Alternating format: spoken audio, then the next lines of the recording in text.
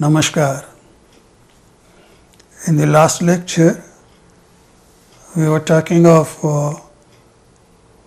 empirical knowledge and articulate knowledge.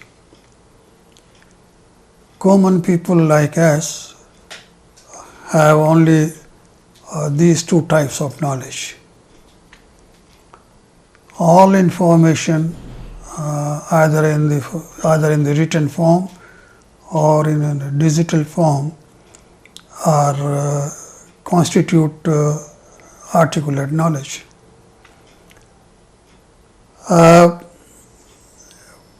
These two types of knowledge, as we know, are indirect cognitions. There are also direct cognitions.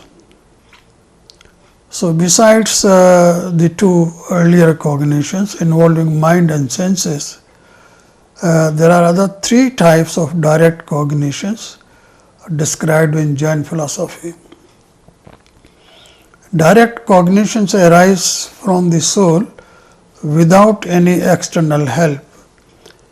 It apprehends the object that are remote, past, future, minute, hidden, or otherwise not cognizable through the senses.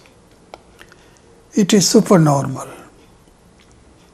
It gets its manifestation according to the partial or total removal of corresponding obscuring karmas. The first direct cognition we study is clairvoyance, known as Avadhi Gyan.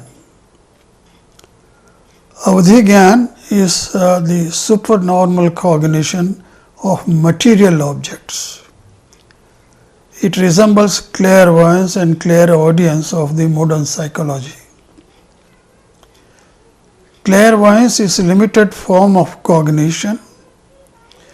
In the case of the denizens of heaven and hell, clairvoyance is congenial, immediately caused by genesis. So, in these two types of beings who are living in heaven and hell, clairvoyance is automatic. So, all those beings who are living there have this power of clairvoyance. It does not require the assistance of senses. Their bodies are protein bodies, as we know, and they do not have material senses, and these senses are not required in clairvoyance, but it emerges in the soul directly and immediately. In case of other beings, that is humans and animals, it is due to occasional destruction cum suppression of relevant obscuring karmas. So, in people like us, if there is a clairvoyance, then it is due to destruction cum suppression of the karmas. Clairvoyance is limited to objects having shape and form, that it is limited to material objects. Only material objects can be seen with this power. It does not cognize formless substances like soul, space, time, etc. So, a clairvoyant person will not be able to see soul, space, time and other non-material substances. Clairvoyance transcends the barrier of time and space in proportion to the difference of destruction cum subsidence of karmic well. So, depending on how much karmas are being suppressed or removed, or a combination of these two, the power of clairvoyance is decided. So, if more karmas are removed or subsided, the clairvoyance is of a bigger type, and if the less karmas are being eliminated or suppressed, the clairvoyance is of a lower type. The highest type of clairvoyance will cognize all objects having form irrespective of past, present and future, or near or far. So, if in a higher kind of clairvoyance, you are able to see through time, past or future objects, and or the objects which are near to us or even maybe very far. And the lowest type can perceive limited number of objects and can penetrate only a small part of time and only a part of all moods.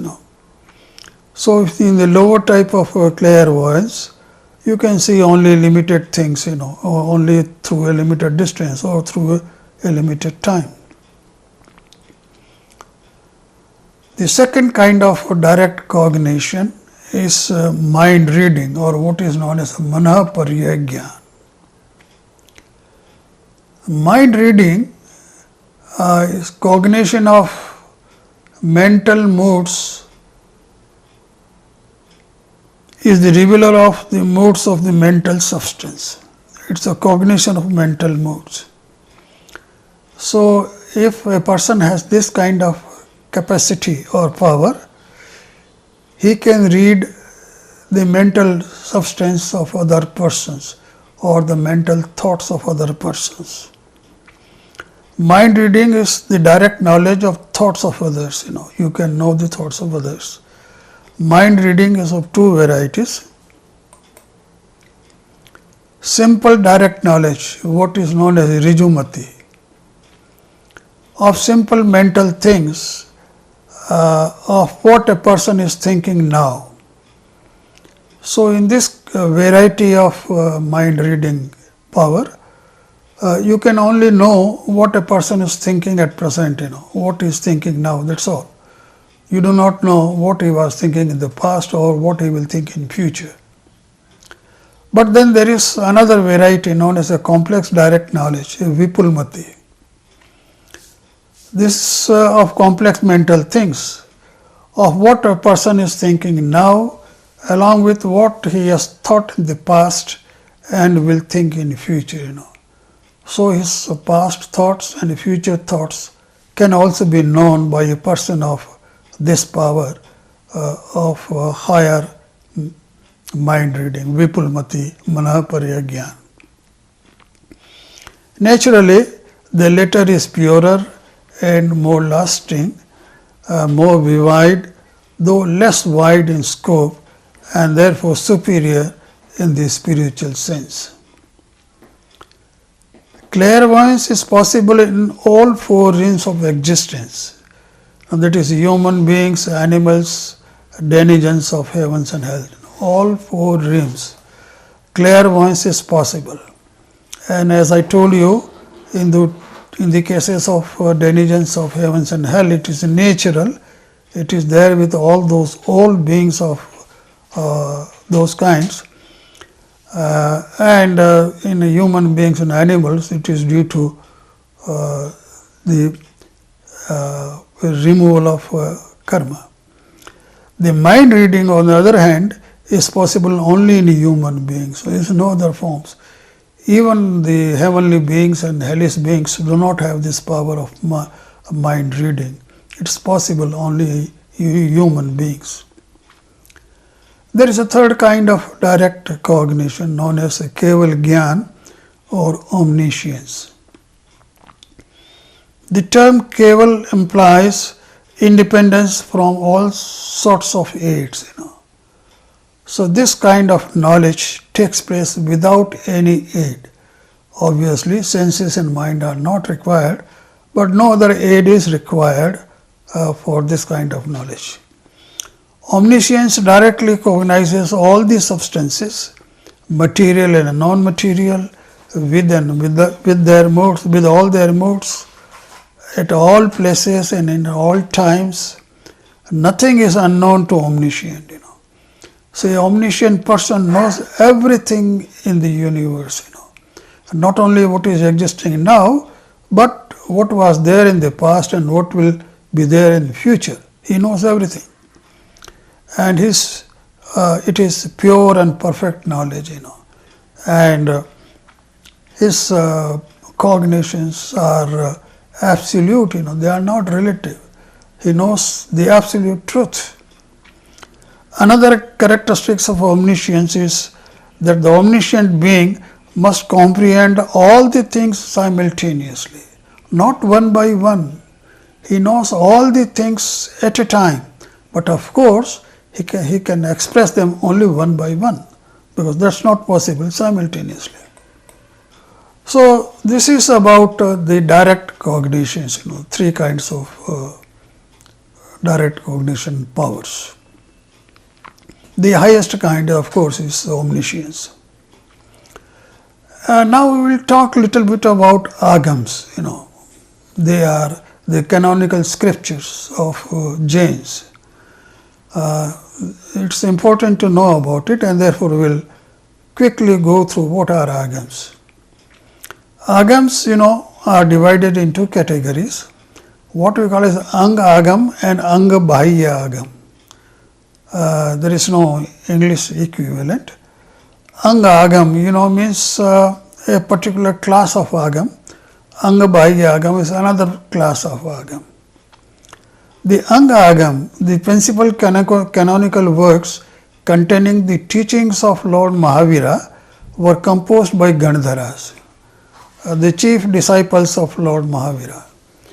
So those texts or canons which were composed by the chief disciples of Lord Mahavira are known as Ang Agam. Ang Agam sutras contains direct preaching of Lord Mahavira. So when Mahavira was delivering his sermons, the Gandharas remembered all that what he said and then composed them in sutras, in formula form in a way, and then they memorized everything which was told by him. So this is how the preachings of Mahavira were preserved. They were composed in sutras by Gandharas, his disciples, chief disciples, and then were remembered by Gandharas and other monks. The Anga Bahya Agams, not composed by Gandharas, are also revered as part of sacred literature. Their validity is on account of their being non-contradictory to Agams composed by Gandharas. And these Anga Bahya Agam Sutras provide further explanation of Anga Agam Sutras. So although these texts were not composed by Gandharas and do not contain the direct preaching of Mahavira, but at the same time they have been composed by very authoritative monks, who had the complete knowledge, and then they composed these sutras. So Anga Bahya Agams were composed by Sthaviras, as I told you, the authority on the preachings of Mahavira or elder monks. These Sthaviras are of two types. Number one, what we call it a Shrut Kevali, one who comprehends the entire Shrut, that is 14 Purvas. Purva is again a technical term referring to canonical works of earlier lore. So this is the knowledge existed even before Mahavir. Mahavir is not the propagator, or the first propagator of the knowledge. Jains believe, there have been 24 Tirthankaras, 4 makers, and Mahavira was the last one. Before him there were 23. And all the knowledge which was given by all these 23 is also has been preserved, and that knowledge is known as a Purvas. So that's very important, the knowledge is not generated in one generation or by one person.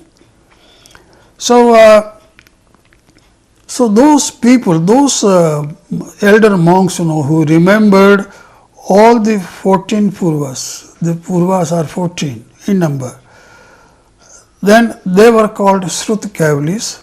So they were the people who composed these Anga Bahya Agams. And then another class of people were Das Purvis. So another class of acharyas or elderly monks who did not remember all the 14 purvas but remembered 10 of them. So they also composed canonical texts, and they are also recognized and respected. Teachings of Mahavira were passed on orally from generation to generation. All those texts which were composed either by Ganadharas or by Sthaviras, they were not written down anywhere. They were remembered, they were memorized, and then passed on orally from generation to generation.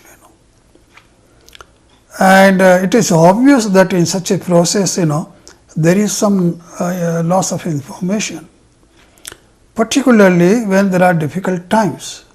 There were times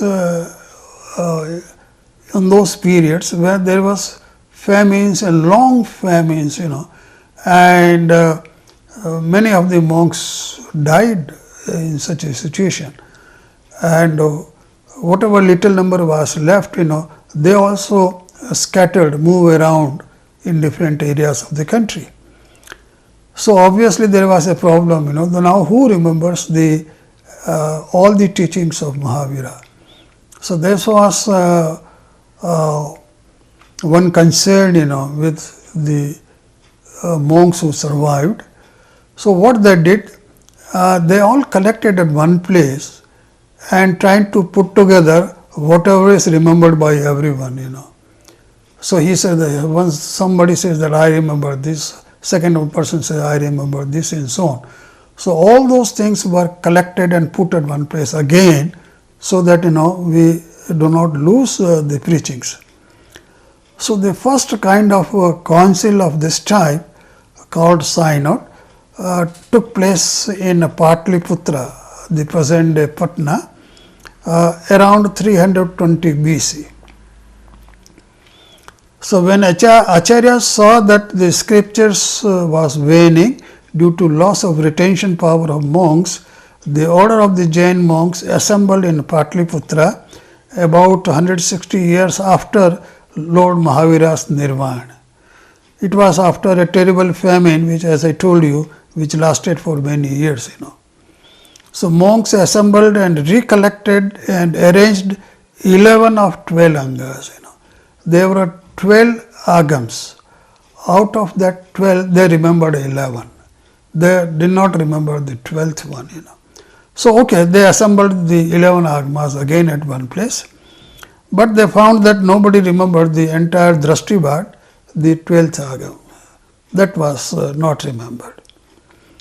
Similarly, after some time, around 380 AD, quite a lapse of time from the first council. The second council was held in Mathura. After the 12-year-long famine, the monks assembled in Mathura under the leadership of Arias Kandil. And there was simultaneously in Vallabhi, another place, the council was held. And Acharya Nagarjun convened a council of monks at Vallabhi and tried to collect and arrange the agamas. So this was second attempt to rearrange the agams. Finally, somewhere in 520 AD, a council of monks presided over by Kshama Shraman Devardhigani was held at Vallabhi again 150 years after the earlier one at Mathura and Vallabhi. It was decided to document all available Prakirna sutras and preserve the Ang and other sutras that were documented in the last two former councils. So, they again assembled everything, and this time they were very particular. This task was accomplished 980 years after Mahavira's Nirmana. So 980 years is a long period, and during this long period, all the preachings were remembered orally, mentally. Now, but the text of most of the Agam works was available at that time was settled, and their commentaries were recorded on leafy papers. So, for the first time they were written down, and there was no paper at that time, So, everything was written on leafy papers, what known as tadpatris. That's a very laborious task to write on such leaves of trees. This is the belief of Shvetambara tradition. There are two main traditions of Jains, Shvetambara and Digambara, remember. The Digambara tradition believes, they maintain that Acharyas Pushpadant and Bhutbali in the first century and Ganadhara almost at the same time possessed knowledge of some portion of this and that Agam Purva. So, they believe that these three Acharyas remembered some part of Agam and Purva from here and there, but not the entire Purva and entire Agam. So, the first two Acharyas composed the text Satkandagam. It's a very important text. And the third Gunadhara composed Kasai Pahud. This is another text. So, these two texts were composed somewhere in the first century by these three Acharyas, and both these works have been accorded a respectable place in the Agams in the Digambara tradition. So, these are the main texts in Digambara tradition. Also, during the course of time, many learned Acharyas compiled commentaries on the Agam literature, and independent works were composed on various subjects of Jain philosophy and religion. As I told you, during this time of about 1000 years, even after that, for another say about 700-800 years or 1000 years, the elderly Acharya composed independent texts, based on the teachings of Mahavira. So, they are also accepted in tradition, and they are respected and regarded. So, the current position regarding Agam is that the Shvetambara Jains have accepted the recorded Agam Sutras in Angabhaya Agams as well as Anga Agams as well as Angabhaya Agam Sutras. Both the categories have been accepted by this tradition as authentic version of Lord Mahavira's teaching, while Digambara Jains have not. So, all these Agams and Anga Agams and Angabhaya Agams are accepted by Shvetambara tradition, but not by Digambara tradition. They accept only those books which I just now mentioned. Digambaras follow Shatkandagam and Kasai Pahud, their main texts, and 4 Anuyogas written by great ascetics from 100 to 900 AD. During this time, many texts were written, and they are accepted as the main source of Mahavira's teaching. What are Angabhaya Agams, Anga Agams and Angabhaya Agams? I will only mention few names here. It is not possible to talk about all of them. The first Anga Agam is Acharang Sutra, very important Agam. This Agam describes conduct and behavior of ascetic life. It also describes penance of Lord Mahavira. This is the oldest Agam from a linguistic point of view. The second is Sutra Kratang Sutra. This Agam describes non-violence, Jain metaphysics, etc. Third Agam is Sthanang Sutra. This Agam defines and catalogues the main substances of Jain metaphysics. The fourth one is Samavayang Sutra. This Agam defines and catalogues the main substances of Jain religion from a different perspective than the Sthanang Sutra. The fifth one, Vyakhya Pragyapti or Bhagavati Sutra. This agam explains subtle knowledge of soul, matter and other related subjects. So these 5 are principal agams, Then there are 6 more. The following 6 agams present philosophical concepts through life stories of monks and devotees. And these agams are Gyatra Dharma Kathang Sutra, Upasak Dasang Sutra, Antahakrat Dasang Sutra, Anuttaropapatik Dasang Sutra, Prashna Vyakaran Sutra, Vipak Sutra.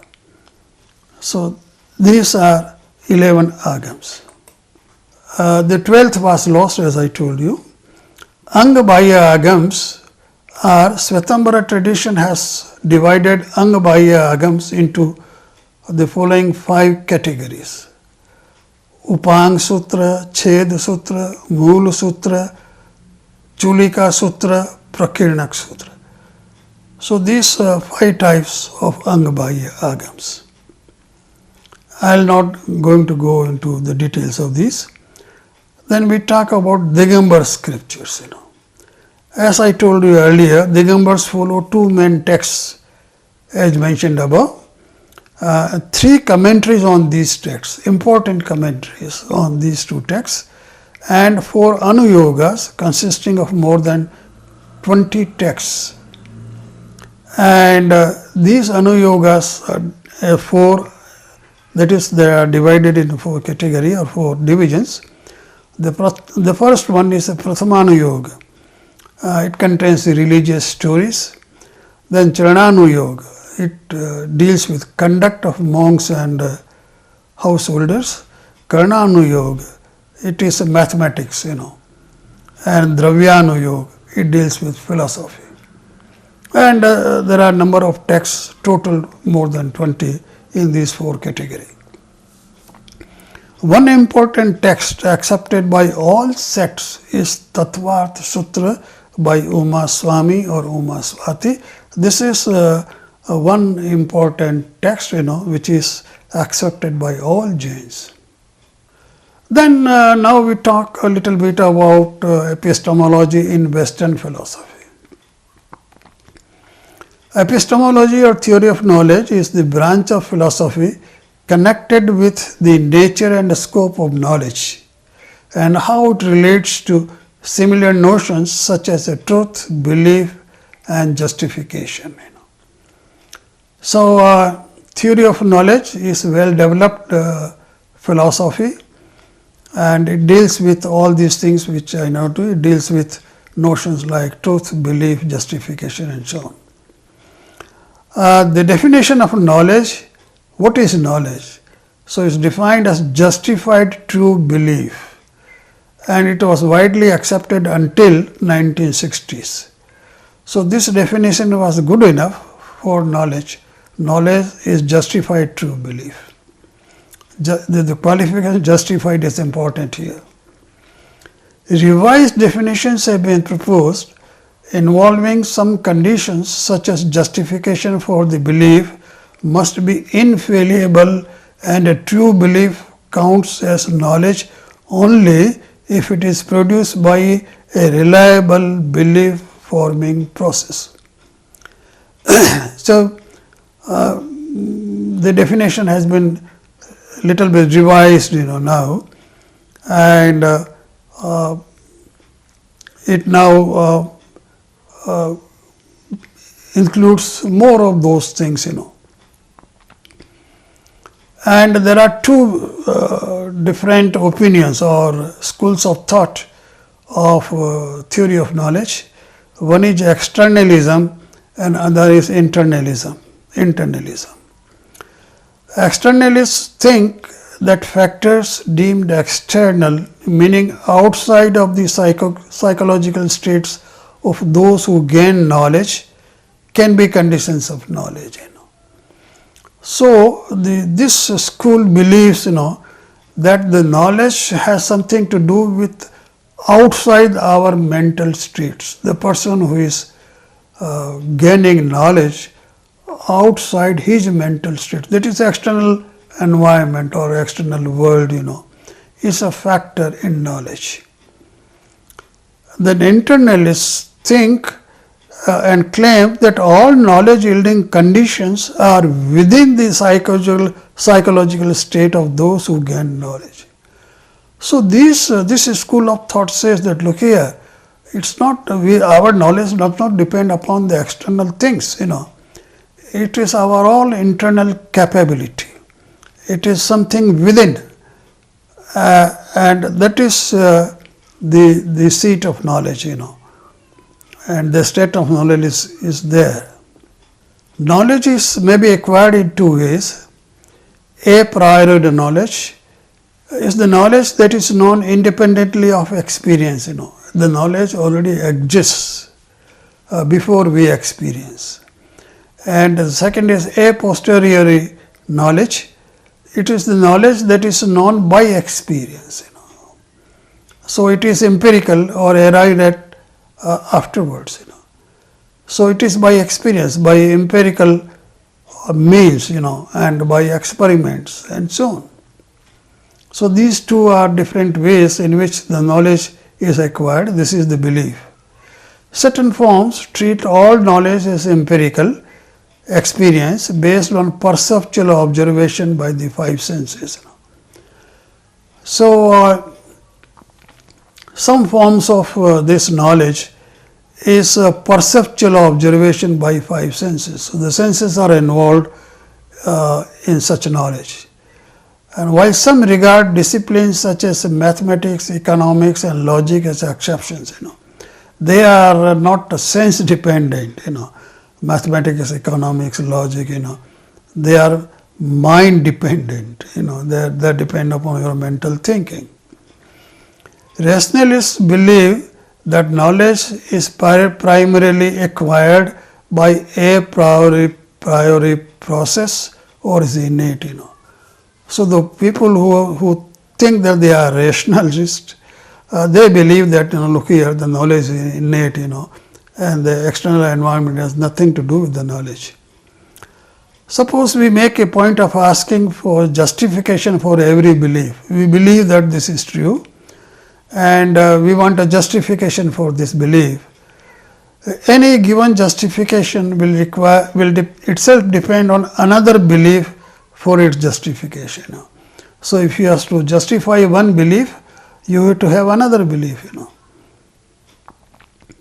So this appears to lead to infinite regress, with each belief justified by some other belief.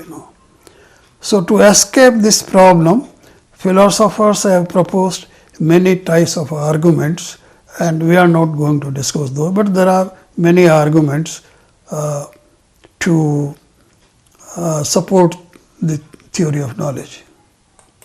Then another important concept is knowledge. We talked of perception. We talked of knowledge, and now we talk of perception. Perception is the ability to take in information via the senses and process it in some way. So what is perception? We take some information, the initial information via the senses, with our senses, and we process it in some way. What is that way? The way is such that you perceive the thing. Much of our perception is representational. We take the world to be a certain way, sometimes correctly when we see the world is thus and so, and sometimes incorrectly when the world is not how we perceive it to be. So our perception is, first thing is representational, and then it could be it can be in two ways, whether your perception is correct or whether your perception is something incorrect. The term sensation is used to refer to the conscious aspects of perception, but note that one can have such sensations even when one would not be said to perceive the world. Objects of perception are the entities we attend to when we perceive the world. So what are the objects of perception? The objects are there in the world and we perceive them. When we attend to them, then we perceive them. So they are the attentives. When we attend, our attention is drawn to them, we perceive. Perception ties at the root of all, perception lies at the root of all our empirical knowledge. The empirical knowledge which we talked of just now, at the root of that the perception is there, and that is first stage of knowing is perception and then empirical knowledge. We may have acquired much of what we know about the world through testimony, but originally such knowledge relies on the world having been perceived by others or ourselves. The first thing is that we must perceive the things, then we know whether the perception is ours or somebody else's. And during the perception in the process of perception, we are using our 5 senses, and these are sight, hearing, touch, taste and smell. Perception then is of great epistemological importance. Western theories of knowledge and perception compare with perceptual cognition, articulate cognition of Jains. So we have just now discussed the knowledge and perception theories or concepts in Western philosophy, and you can make a comparison. These two ideas compare with the indirect knowledge of Jain philosophy in the form of perceptual cognition and articulate cognition. The direct cognitions are different, and they are not included in the theory of knowledge in the Western philosophy. Thank you.